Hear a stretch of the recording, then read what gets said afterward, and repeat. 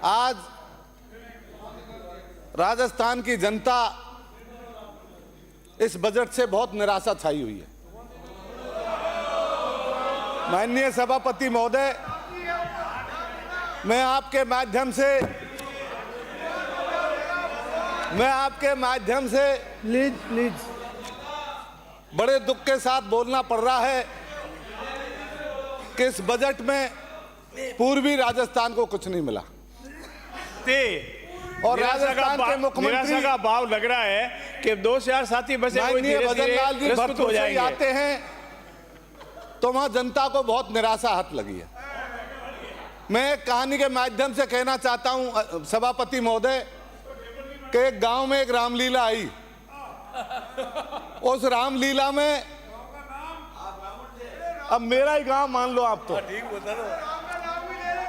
तो रामलीला में जब रामलीला चल रही थी तो बीच में एक दिन रामलीला ड्रॉप हो गई। गांव के लोग इकट्ठे हुए, उनने कहा भाई रामलीला करो। तो रामलीला वालों ने कहा कि साहब आज तो हमारे हनुमान जी को ताव चढ़ रहा, बुखार आ रहा है, इसलिए आज रामलीला नहीं होगी। तो गांव के लोगों ने कहा कि भाई गांव इकट्ठा हो गया, आपको रामलीला करनी है। सुनिए सुनिए सुनिए जोगाराम जी, सुनिए, एक मिनट सुनिए। तो हुआ क्या था कि उन्होंने कहा भाई गांव में कोई मोटा आदमी हो तो उसको लिया, हम उसको हनुमान जी बना देंगे। तो गांव वालों ने ढूंढ के उनको बताया कि भाई भोलू हलवाई है हमारा गांव में। और जब वो भोलू हलवाई से जाके पूछा तो उसने कहा भाई मैं तो 100 रुपया लूंगा, मेरे को कोई मतलब नहीं इन चीजों से, मैं तो 100 रुपया दे दो, हनुमान जी का पाठ कर दूंगा। तो हलवाईगर को वहां ले आए और हलवाईगर ने कही कि भाई मुझे करना क्या है, कि भाई तेरे को यहाँ हुप हुप करना है। तो वो तख्त पे हुप हुप करने लगा और जब पर्दे के अंदर से रावण आया तो उसने कहा कि बंदरी का बच्चा क्या कर रहा है, कि देख भाई महाराज मैं तो 100 रुपया में आया हूं, मेरे को मत मारे तू, मेरा कोई लेना देना नहीं है। तो ये इस बजट में जो स्थिति हुई है, तो आज तो अब इसमें भजन लाल जी कहां ठहरते हैं। इस स्थिति में मैं आपके द्वारा निवेदन करना चाहता हूं कि भोलू हलवाई की स्थिति, सभापति महोदय क्या तर्क ले रहे हैं? मेरा आपसे निवेदन है, इतनी घटिया सोच है इनकी। सभापति महोदय कितनी घटिया सोच है इनकी, ये ऐसे डिलीट करो इसको, इसमें नहीं आना चाहिए। ये कितनी घटिया सोच है इनकी। ये कांग्रेस की सोच है जो हमारे इसमें मतलब एंट्री करने में दिक्कत आए।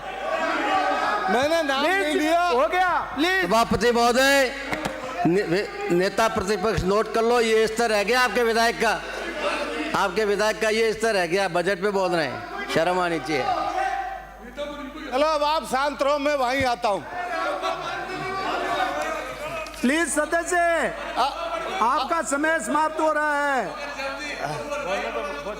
अब भोलू हलवाई को ये भी समझ गए, सब समझ गए, अब कहने की क्या जरूरत है, सब समझ जाते हैं। तो माननीय सभापति महोदय, कि राजस्थान के इस बजट से किसानों में, युवाओं में और सारी जनता में बड़ी, ये तो आपको है पता नहीं, अब पता लगेगा आपको।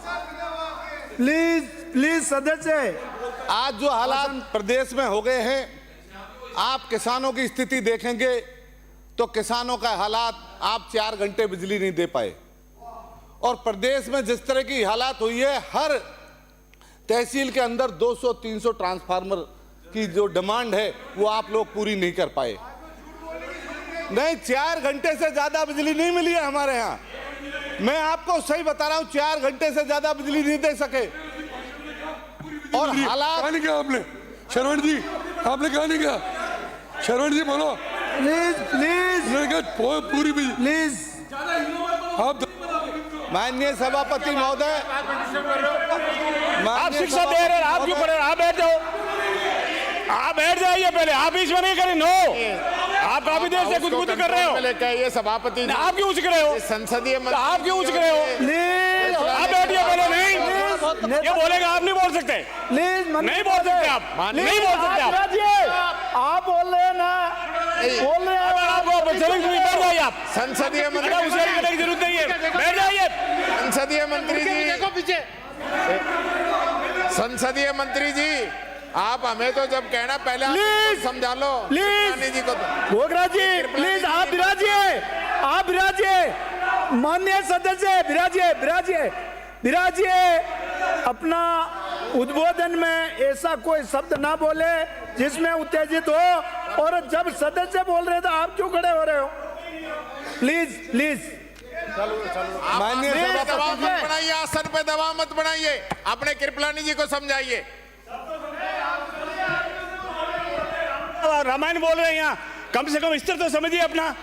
अरे मंत्री महोदय आप बोलने दो, मेरे इसको जबरदस्ती जब भी मेरा नंबर आता है आप लोग विवाद खड़ा कर देते हो। बोलिए, बोलिए। आपसे क्या ज्यादा माननीय वो है सदस्य मेरे अपनी को? बात मतलब कोई बात नहीं, रखिए। अब तो बोलने दो। मैं आपके माध्यम से कहना चाहता हूं, आज राजस्थान में जिस तरह से बेरोजगारी आपका समय जा रहा है, चरम पे है। 5 मिनट हो गए हैं। आज आप रोजगार की बात करते हैं, तो अभी वित्त मंत्री जी ने कहा कि हम 1.25 लाख माननीय सदस्य रोजगार विराजिए, देंगे। तो आप क्या विराजिए, रोजगार, विराजिए, किस आधार पर रोजगार देना चाहोगे? क्या विराजिए, विराजिए, वो सब बैठे हैं, आप विराजिए, आप विराजिए। मैं आपके माध्यम से कहना चाहूंगा कि वित्त मंत्री जी ने कहा कि हम 1.25 लाख नौकरियां देंगे, तो 1.25 लाख नौकरियों का आपने ये नहीं बताया कि आप किस डिपार्टमेंट में नौकरी देंगे।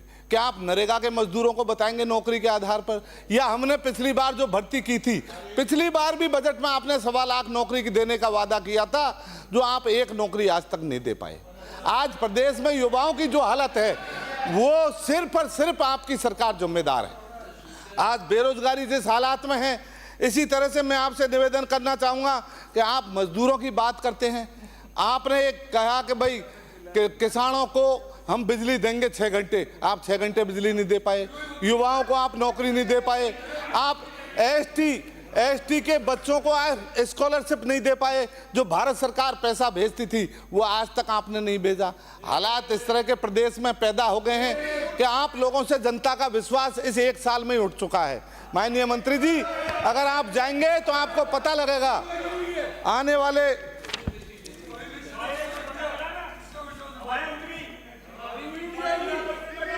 प्लीज प्लीज प्लीज, माननीय मंत्री किस महोदय, करिए प्लीज। दुनिया कहाँ के ईंट से ईंट बजाने वाले, कहाँ के कब्जा गिराने वाले? आपके माध्यम से क्या हुआ दिल्ली में, चाहता हूं, क्या हुआ हरियाणा में, भारतीय क्या हुआ महाराष्ट्र में? हो गया बहुत ही शिक्षक। भाजपा सरकार के स्वास्थ्य के मामले में आपसे निवेदन करना चाहता हूं कि हमारी सरकार में 25 लाख रुपए का मुख्यमंत्री संसदीय मंत्री जी, अध्यक्ष के बाद उसको घटाकर आपने 5 लाख पे कर दिया। माननीय संसदीय मंत्री जी, अगर सदन को चलाने के बाद अध्यक्ष के बाद आपकी लायबिलिटी होती है और आप भी खड़े हो गए, बचेगा क्या यहाँ? प्लीज सदस्य बोल रहे हैं, उनको बोलने दो, बोलने दो, बोल रहे हैं, वो बोल रहे हैं, वो बोल रहे हैं। यार क्या कबले। माननीय सभापति महोदय, जहां तक आप मेडिकल के डिपार्टमेंट में बात करूंगा तो आपसे निवेदन करना चाहता हूं कि हमारी सरकार में 25 लाख रुपए का चिरंजीवी योजना थी, उसको आपने घटाकर 5 लाख रुपए कर दिया। और उसमें भी कोरोना के टाइम पे जो वैक्सीन लगी थी उसमें आप लोग कितने करोड़ रुपए खा गए। आज जो नकली वैक्सीन लगने से कौन खा गए? उसमें किसकी सरकार थी? हार्ट अटैक हो रहा है। किसकी सरकार थी? कौन खा गए? वो हार्ट खा गए, नाम लो। आप अभी बैठे हो घोटाले करना आपको में जो हार्ट अटैक हो रहा है। मोदी जी की वैक्सीन आज आए दिन गांव में नए बच्चों में हार्ट अटैक हो रहा है। मोदी जी की वैक्सीन की मेहरबानी है जो आप सदन में बैठ रहे हैं। यह मोदी जी की है ना, वैक्सीन की मेहरबानी है, सदन में खड़े हो। माननीय सभापति महोदय, प्लीज प्लीज, माननीय सभापति महोदय, इनको रोकिए। जो वैक्सीन लगने के कारण जो गांव में आज नए बच्चों में हार्ट अटैक आ रहा है, इस पे आपको और सरकार को सोचने की जरूरत है। पहले ऐसा कभी नहीं हुआ। आज 20-20, 25-25 साल के बच्चों में हार्ट अटैक आ रहा है। तो इसका कोई कारण है, और ये कारण सिर्फ और सिर्फ आज नकली वैक्सीन है। मैं आपके माध्यम से कहना चाहता हूं कि आज जो हालात जो पैदा हुए हैं, इसके साथ साथ आप RGHS योजना के तहत कर्मचारी और अधिकारियों को जो आप इलाज देते थे, वो आज प्राइवेट हॉस्पिटलों ने बंद कर दिया है, और पूरी तरह से आज उनको न दवाई मिल रही है न जांच हो रही है। प्राइवेट हॉस्पिटलों में जिस तरह की लूट हो रही है, वो आज आम आदमी कितना परेशान है। सभापति महोदय, जिस तरह के हालात प्रदेश में पैदा हो गए हैं, इनको सुधारने की जरूरत है। और न आने वाले समय में आप सिर्फ मोदी जी और भजन लाल जी के नाम लेने से काम नहीं चलेगा, जनता में जाकर काम करना पड़ेगा। नहीं, इनके काम से ही कुछ काम नहीं चलने वाला। सिर्फ मोदी जी और मुख्यमंत्री जी के नाम से ही काम नहीं चलने वाला। आपको जनता के बीच में जाना पड़ेगा, आपको पानी देना पड़ेगा, आपको बिजली देनी पड़ेगी। आप पानी की व्यवस्था करते हो, आप जल जीवन मिशन के तहत देखो, आपने टंकियां बना दी, टंकियां बना दी, वहाँ कोई कनेक्शन नहीं है, वहाँ कोई आदमी नहीं है। आपकी मिस प्लानिंग है। प्लानिंग के बिना नहीं होगा, अंकित नहीं होगा।